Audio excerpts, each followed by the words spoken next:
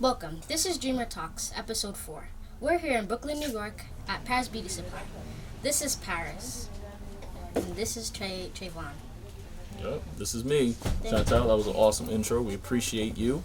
But like she said, we are here live in location at Paris Beauty Supply Shop. I'm here with Paris Mckenzie, the 16-year-old who owns a beauty supply shop here in Brooklyn, New York. So we know about this store because you went viral on Twitter back in September. Explain to me what that's been like for you. Like, so you go viral, you post your tweet, saying that you opened the store at 16, you go viral. What's that been like? Well, for the most part, it's been a bit overwhelming, but it's also awesome to see that the message that I'm trying to put out there is being received by like a mass amount of people. When I first started to open the store and I knew what I wanted to do with it. I wanted to change the narrative on a beauty supply store. I wanted to make what people thought of a beauty supply store and make their experience change. Right. And to see that after that post, now so many people are open to coming into another beauty supply store and they get to feel that different experience. I have people that travel from far away just to come here to support us. So it's been a bit overwhelming, but it's awesome to see that what you want to do is being done. Right, absolutely. I mean, I can imagine because, you're 16 years old. Like, we talked about it a little before, like, owning a store is not, that's not normal 16-year-old, like, responsibility. So where did you learn to kind of handle taking on this type of project and things like that? Well, I learned most of the stuff from my mom. Okay. She's also a business owner, and she's owned a business for the past 16 years, just a few months after I was born. So I learned everything from her. She left me responsible for her businesses before at a young age, and just watching her and seeing what she does and being around the business really taught me most of what I know now, and it's what I use now to help my business be successful. Absolutely. So, that's good that you have, like, her to kind of, if you have any questions and things like that. But, even just with navigating management of this, like, I'm certain that you lean on her a lot and ask her a bunch of questions. So, is she one of those, like, she's kind of hands-on, always on you, making sure you're doing what you got to do? Or now that you're kind of here in this space, does she kind of hands-off now? Like, what's that like? Well, my mom's a Caribbean parent. My mom's from Jamaica, so she's always hands-on. Yeah. And she always is making sure I'm doing what I'm supposed to do. So that has never changed, even though I have my own business now. But I don't have to check with her frequently because she raised me enough for me to know what I'm doing. Right. She didn't raise me to go into something without the knowledge in what I was going into.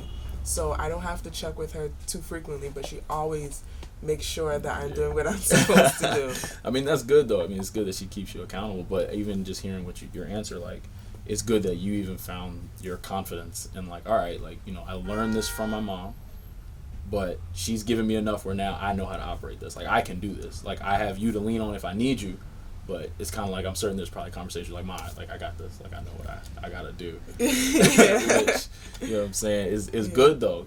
Shucks, like I said, and you learning all of this at 16 years old is still crazy. So take me back. So before you even thought of, like, how did the even thought of opening your own beauty supply store, like, how did that come about?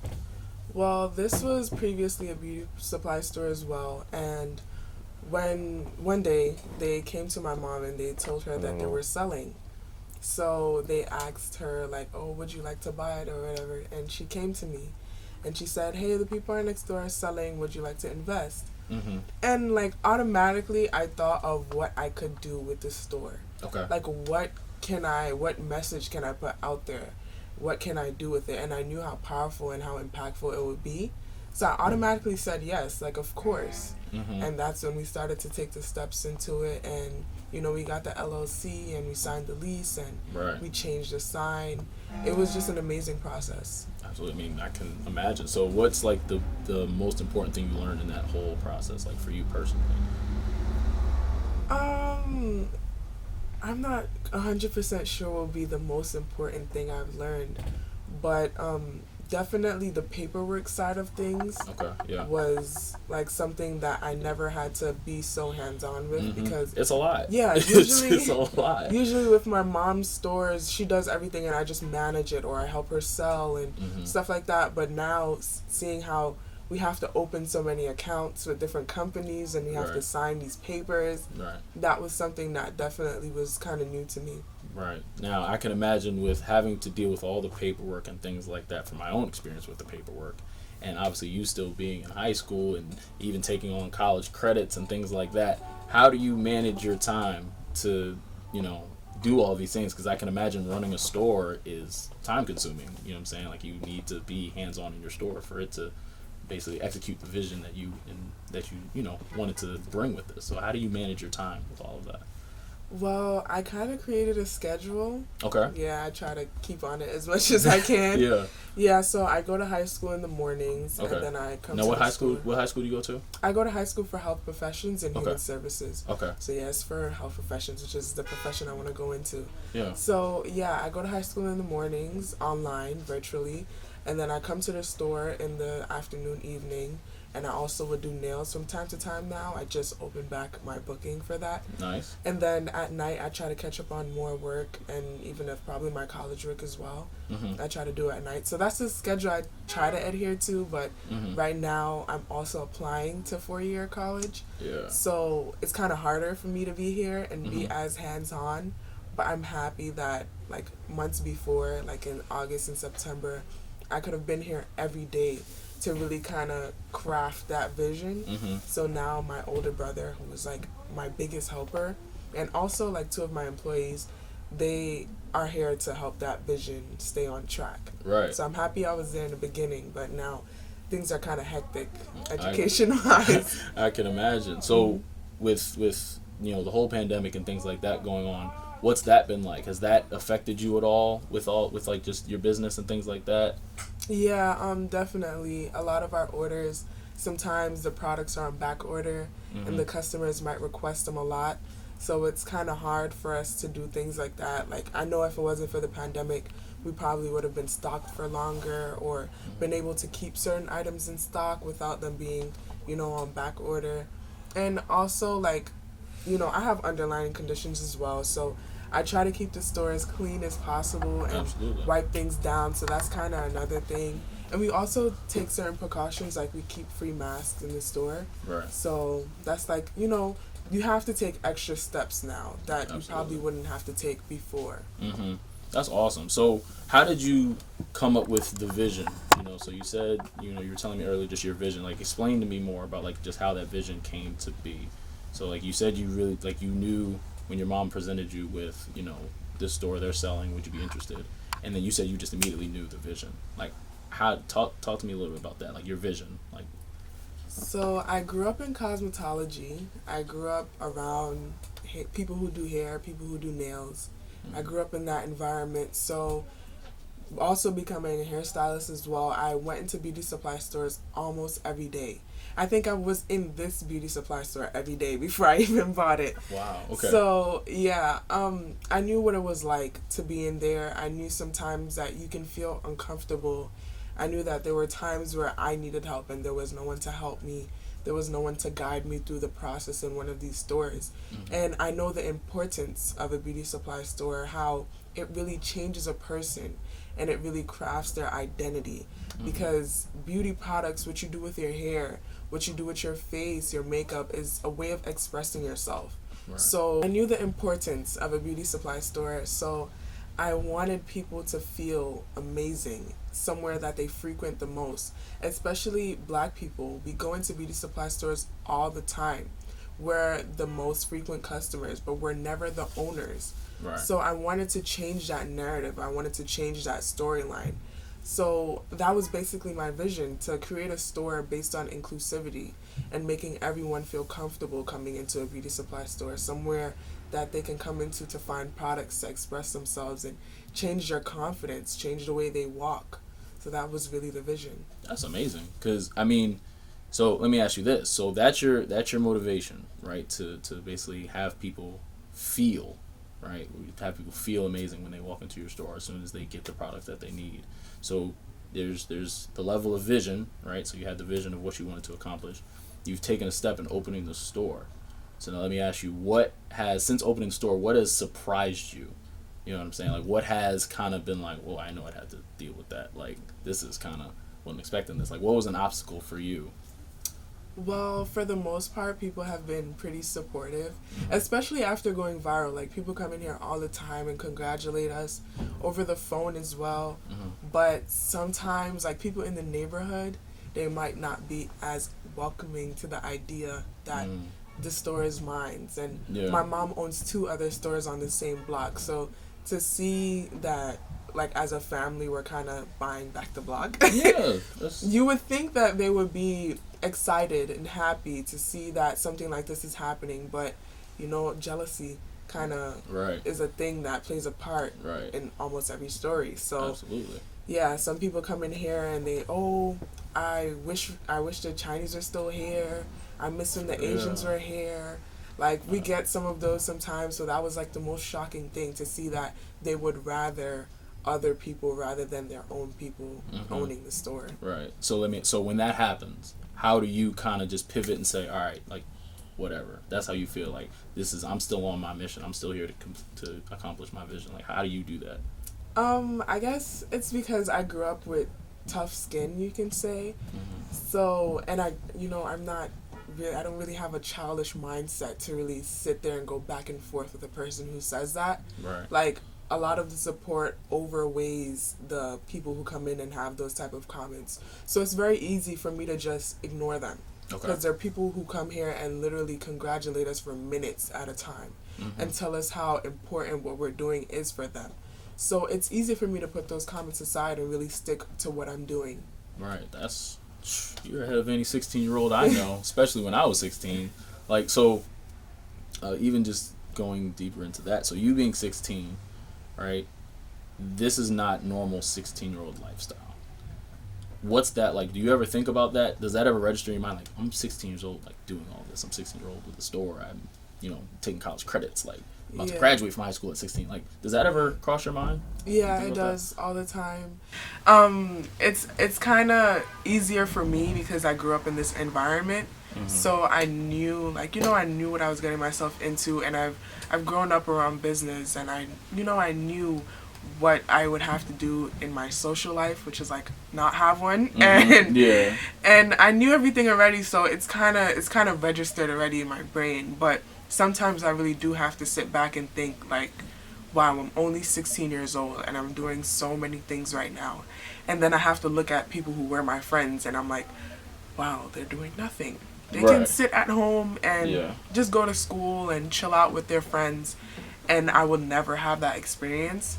So that's kind of something that I think about sometimes. But yeah, for the most part, I was pretty prepared for it. But it's kind of hard when you think about, like, you're only 16 years old and you're doing so many things right now, and then there's so many things for me to do again. So it's like, when is it going to stop? Right. Nah, for sure. But I think it's important for you, though, to keep going, because, I mean, even when we came here, like, the support that you have around you, you know what I'm saying? Like, your mom is a resource, like you said, your employees that share your vision. I think that's difficult, where a lot of times, you just hire people because they're just looking for a job, as opposed to bringing someone on to your team because they see the vision that you set out for this place. And I feel like, and you can correct me if I'm wrong, like, that's something that can almost help you when you're down. You know what I'm saying? Like, when you're thinking, like, man, like, this is a lot. Like, I kind of want to just be a normal 16-year-old.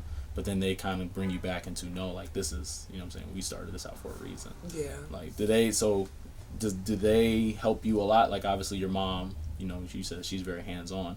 And obviously your employees, they share your vision. Is there anyone else, people that kind of help you stay grounded in, like, you're doing this for a purpose? Yes, definitely my older brother. Okay. He's 28 years old, and he's in school for mechanical engineering. He's also an ex-Marine. Okay. So him being here now, after him being in the Marines for so many years, and us not being able to kind of bond the way that, a brother and sister usually do, him being here now and being so supportive is one of, like, the most important things right now. And it's really what I needed from, like, an older brother to be there for me and to be supportive of me in a situation where, you know, guys are probably not as hands-on in the beauty industry, but he's been amazing. And anytime I do feel discouraged or I feel like this is a little bit too much, he's there to kind of pick up the slack. And kind of be there to say, keep on going, and, oh, I'll be here today, I'll be here tomorrow if you need me. He's that type of brother. So that's like the best thing I could ever ask for. That's really the person that keeps me on track and keeps this business like going. Keeps it going. That's I mean, but that's so important though, because I mean, you look at anyone successful, there's always a successful team, you know, behind them. You know, like all the time, especially in the social media age, you only see like one individual, but you don't see, you know, the whole large amount of people that are behind that person to support them in, you know, accomplishing that goal, because like I said, they're invested in that vision. So let me ask you this: when, let's say, not say you don't have your brother, because you talk to your brother, right? Is there anything that you do, any music you listen to, things like that, to kind of help motivate you? Like, not like when you're really down, you have to go talk to somebody. Is there anything you do where it's kind of like, all right, I need to just do this by myself? Do you have anything like that? Any type of routines? I'm a very to myself kind of person. I mean, I socialize a lot. But I have like a social battery. So after a certain amount of time, it's like, all I have to kind of wind down. So what I really do is I watch a lot of TV shows. Like, I love TV shows. My favorite show is Scandal. And I think I've watched Scandal about 6 times already. All 7 seasons. Around 6 times already, yes. I know every episode. Yeah, that's my thing. I watch a lot of shows. I don't watch a lot of movies. But I watch a lot of TV shows. I can finish a series in about 2 days. I'm with you. I'm the same way. Yeah, I'm a show person and I'm a music person as well. I can never sing or dance. I danced before, but I can never do those things. But I'm a listener. Like, I listen to a lot of different music, a lot of different genres, and that's something that also helps me wind down at times. Like, I can kind of be in my own world and have that type of music to myself. Especially like growing up in Brooklyn, the music I listen to is not the music everybody else listens to. So, you know, everybody else is listening to the, you know, twirling gang music, and I'm just like listening to neo soul. So elaborate more on that. Like, who you listening to? What songs like kind of get you in that good space? Okay, so my favorite artist, you can say, my all-time favorite artist is Kendrick Lamar. That's I like that pick. Kendrick Lamar, favorite artist. And then female artist, you can say Jill Scott. Jill Scott's amazing. I'm a very heavy Jill Scott fan. Very heavy Jill Scott fan. And then after that, you can kind of say I go into like Janelle Monáe. And then, you know, I have like my little chill playlist and stuff. I listen to Erykah Badu sometimes. Love Erykah. Love Erykah Badu. See, that's like my music taste. That's the music I listen to. And then I'll go into like Tyler the Creator sometimes. You know, I have music taste like that. I could switch it up a bit. So that's one thing I indulge in a lot, is music and TV shows. Now, in that, did you like, how did you come to find that kind of helped relax you? Was that something you just always did, or was it something like you was like, all right, like I'm stressed, I gotta find something, and you just kind of experiment with different things? Like, how did music become like that? Okay, like this is gonna calm me down. I guess it started on my commutes to school. I never lived close to my schools. I always lived over 30 minutes away from my school.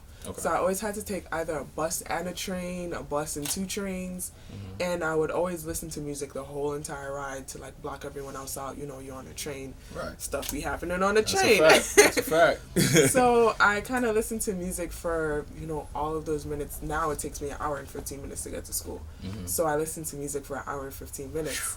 So I know that commute. I noticed like that's the time where I can really detach myself from what's going on and be there with the music and with my thoughts. And with TV shows, if it's a good show, because I don't watch bad shows, it has to have like a good Shonda Rhimes type of writing on it. No, shout out to Shonda Rhimes, because she knows how to put together a show. So I noticed like I can put myself into that world and also detach once again. So that's kind of a thing. Like, once I'm able to detach from what's going on and be there with my thoughts, because there are so many things that goes on up here, like not only academically but business-wise as well.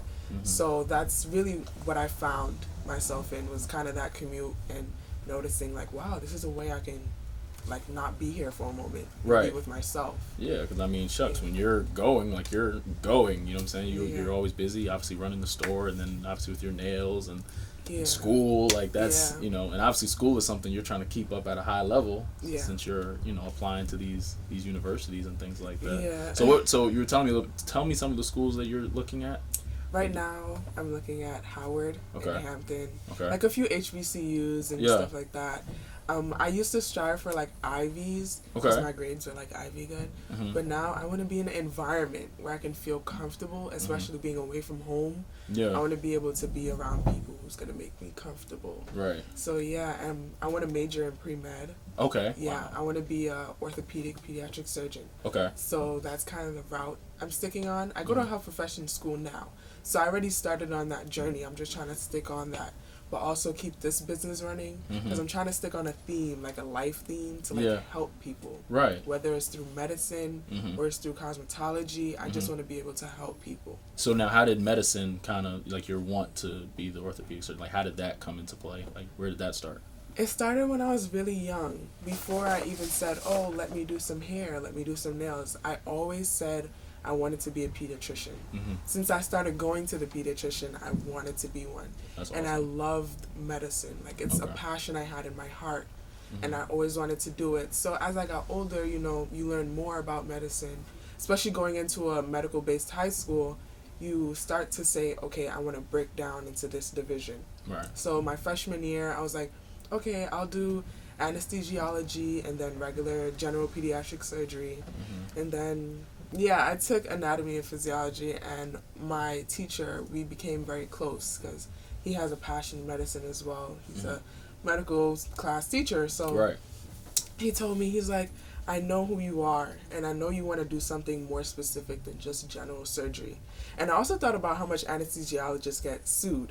So I was like, I can't do that. Yeah, let's say. So, we started to dive into something more specific for me, and then we led into orthopedics. Okay. And now he's like, oh, you should be a pediatric neurosurgeon. I'm like, neurosurgery? Oh, Lord. Yeah. Sad. So I'm sticking to that for now, but I want to see, like, probably in medical school or in college if I think of neurosurgery. And I also, my sophomore year, I felt really good in my social studies classes and my English classes. So I was like, oh, what if I become a lawyer for medicine? Like, what if I become a lawyer for doctors after I finish my residency? Right. But then my mom said I was doing too much, so. Mom. She definitely was like, oh, you gotta chill out. Yeah. So I was like, okay. And that was before I opened the store, so. Right. So now it's like, we just gonna stick with our orthopedic. Yeah, let's stick with one thing and, you know, stay sane. Yeah. Before I go crazy.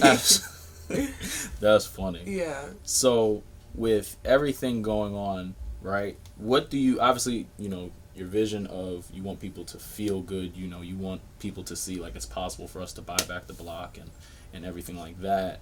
How do you want people to kind of remember you? Like, obviously, you know, you're executing your vision, like you're owning the store. But if I were to ask anyone, what's Paris Mckenzie's story? Like, what is something you want people to kind of remember? Like, if there's one thing, what would that be for you? I want people to remember the vision that I had. I want people, like, even if they didn't get the opportunity to be in this store and feel the experience of having someone help you and not only want your money but want you to be happy, even if they don't get that experience, I want them to remember that I tried to offer that experience. Right. And that was something that I tried to do, regardless of what probably happens in the future. I just want people to know what I wanted to do and what I set out to do. And, like, even if you're in a different country, you're in a different state, and you never got to be here, I just want to be remembered by what I was trying to do. Right. Yeah. That makes sense. That makes a lot of sense. I can imagine, I'm certain, after, you know, the Twitter thing, you go viral, there was a bunch of people reaching out to you, like, wow, I didn't even know this was possible. Yeah. You know, like, I'm certain that was motivating for a lot of people. And even just hearing your story, like, for you to kind of be put in a position of knowing what responsibility looks like, you know, because at 16 years old, at least I can speak for myself. I ain't know what real responsibility looked like. But you know that. So where do you go from here?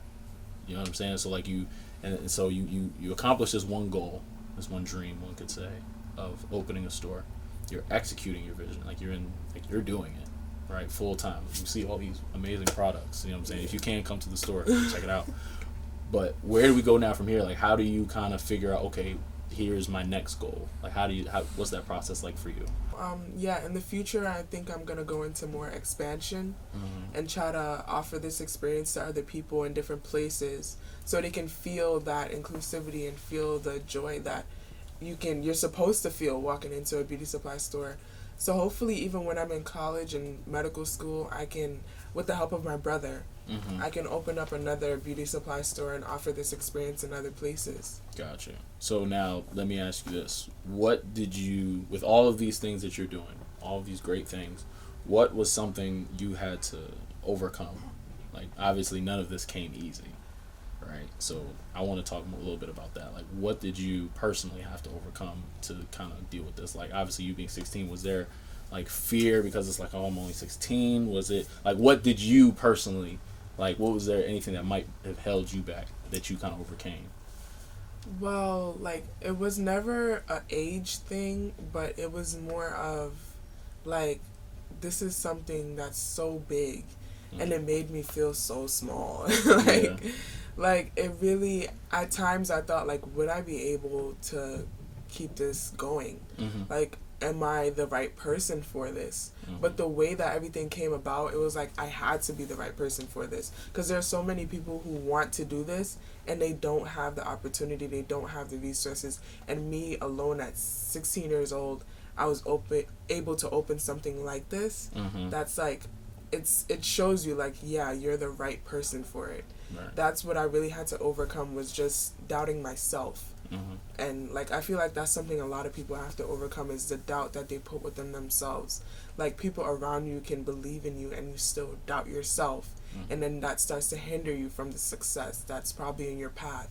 Right. So that's definitely something I had to overcome, was thinking that I wasn't capable. Right. When, like, I knew I was. Yeah. Like, but there's always things in the back of your head that tries to tell you, like, oh, you're not able to do this. This is something you can't do. Like, So now, how did you overcome it?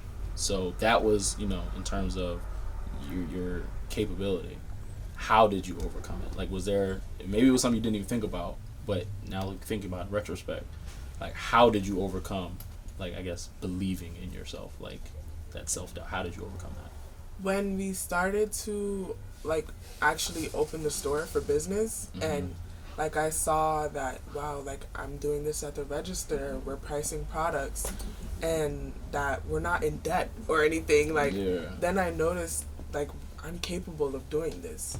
And then when I was able to speak to children, like 6, 7 years old, and inspire them, and even inspire people who were over 30, then I was like, yeah, I'm capable of doing this. And then after I did my first interview, and I noticed, like, how the words just, like, kept flowing out of my mouth, and I had no media training or anything, and I just did these interviews, I was like, yeah, I'm capable of doing this.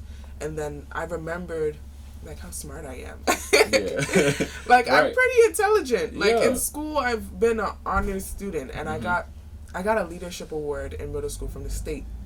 So, like, I was like, I was born to do something like this. Like, I was born a leader, and I was born smart enough to take on something like this. Like, I should never doubt myself when something like this was just put into my hands. Yeah, I always think it's amazing, like, whenever, you know, people have to almost, like, remind themselves of, like, attributes that they have. You know, like you said, like, you have to remind yourself, like, no, I'm smart. Like, like, I can do this. But I think it's also cool that you kind of still, you know, executed in terms of purchasing the store and you know, operating the store, and, like, in doing that helped you kind of overcome that self-doubt of, like, oh wait, no, like, I'm actually doing it. Like, it's almost like you know, like riding a bike for the first time, you're kind of like, oh, I don't know if I can do this, but then, like, you kind of, you're saying this while you're pedaling, then it's like, when you realize it, then it's like, oh, like, I'm doing it. Like, this is funny because I actually learned how to ride a bike this year. For real? Yes, I think it was like, what, the the week or a few weeks before I opened the store. Yeah. Like in the same month, I learned how to ride a bike. So you know exactly what I'm talking yes, about. Yes, that's just a few months ago. Right. Like people learn how to ride bikes when they're like, what? Like I don't even know. I don't look young. I don't even remember. I just know I know how to do it now. Like I learned how to ride a bike a few months ago, so that story fit perfectly. Yeah, that's awesome. So this store is open. You know, you said you have the vision of expansion. Are there any limits to to what you feel like you can do at this point? Because I feel like with something, obviously, when you think about just everything that you're doing, I feel like you can almost go into anything and just be like, man, I open a store, 16. Like, come on, is there like a level of confidence now that like there is no more self doubt? Like I've overcame that. I'm opening a store. Like, come on. Like, there's still a bit of self doubt. Okay. There's still a part of me that thinks like one day I'm just gonna shut down and I can't do nothing no more. But I know that's just myself, and that's not reality. Mm-hmm. That's not what's actually gonna happen, but it's what's keeping me back. Mm-hmm. You know, that's something I think everybody has that. Right. Everybody has that thing that's always wants to hold them back, but it's not reality. It's not the truth. That's the most important thing, is to persevere. Right. Like, and go past that thing that's speaking to you, telling that you're not capable. Mm-hmm. It's important to kind of always block that out. Right. So yeah, now I definitely feel like I can do pretty much anything. Mm-hmm. Like I feel like I can open up like 6 more stores if I wanted to. Right. I can even go into a different type of business if I wanted to. But, you know, there's always that feeling of doubt. Yeah. But I feel like it's a little bit lower now, because I see what I can do. Mm-hmm. It's easier for me to say, okay, I can do this too. Mm-hmm. You know, I can go into this as well. Yeah, absolutely. Now, do you have any like routines? Just pivoting topics. Do you have any like routines that have kind of helped you get here at all? Like whether that be, I don't know, you listen to a certain song. You said like on your train rides to school. Like was there like that one song? It's like I gotta listen to this song, or you know what I'm saying? You had a routine of looking at a picture on your wall, or you know whatever. Was there anything that you kind of like constantly looked at, listened to, whatever, to kind of keep you going? It's gonna be weird to bring this up in an interview, but I think like my religion is like what really kept me. Mm-hmm. And like I'm Christian, mm-hmm. you know, and just being able to know that I've been blessed with so many things, mm-hmm. and that there's so much more in my future, that's what really set me like, you know, like wow, I can do this. Right. But there's also times like, you know, when you're taking a test that you didn't study for and you get 100. That's what kind of reminds me. Oh yeah, I've been there. Yeah, I don't study, so when I take a test and I get a good grade, it's like wow, okay. Mm-hmm. Yeah, that's kind of what I do. That's my routine. Is just to keep pushing myself and seeing what I can do. Right. Because some people they just stick to one place, mm-hmm. and if you continue to push yourself, and then once you see yourself breaking through each barrier, you're like okay. Wow, you know, that's what kind of lessens that self-doubt, is when you notice that you just keep on going. Yeah. Like, you just keep on doing more. Right. Yeah. Absolutely. Okay. So, if you could give advice to any person, if just a random person walks in Paris, how do I do it? What would you tell them?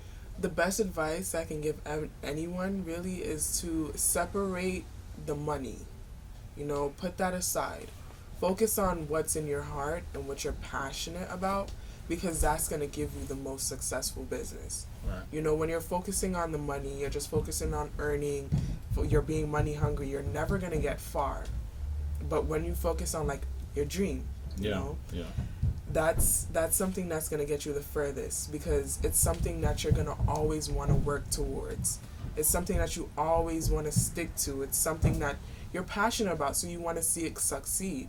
Right. If you're just about the money, you know, you feel like you can find money anywhere else. Yeah. But you can't find your dream anywhere else but in your dream. So you're going to stick to that. Yeah. And it's going to push you, and it's going to make you more successful. So that's like the best advice I can give, is just to separate it from the money and focus on the dream and what you're passionate about. Well, you are light years ahead of me when I was 16 years old, and I'm certain majority of other 16-year-olds. But this has been a pleasure. I appreciate you for taking the time out of your busy schedule for us to do this. This is awesome. yeah, I mean that's a wrap on episode 4 of Dreamer Talks. This was an awesome season. Check out the past episodes to see other people we interviewed, but also press subscribe just so that way you can stay tuned for the next season 2 that's coming up in the spring. All right, I'll see you guys next season.